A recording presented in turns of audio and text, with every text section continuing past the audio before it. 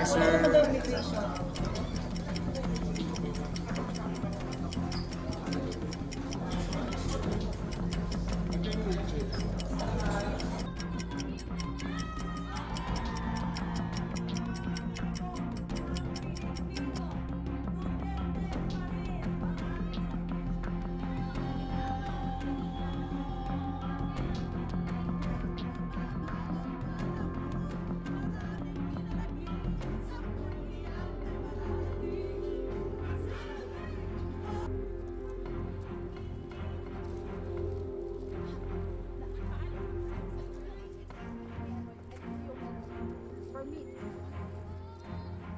Sa loob po kayo ng bahay ko.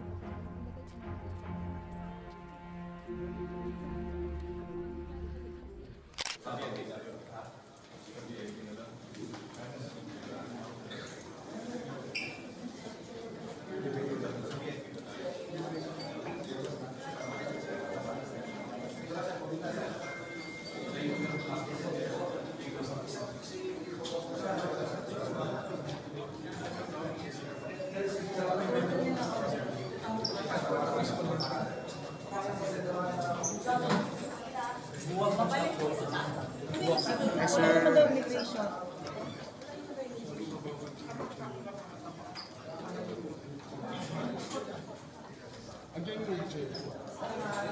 If you talk to lawyers, they call it extraordinary rendition, but for a family member like me, that's kidnapping.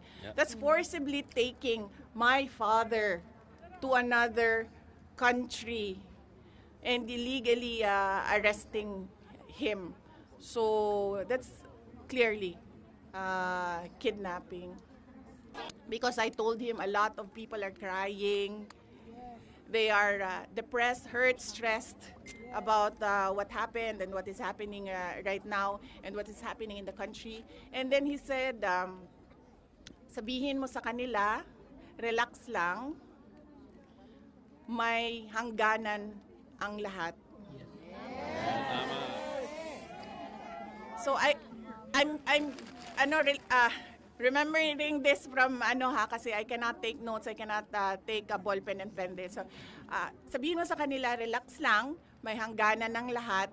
There will be a day of reckoning for all.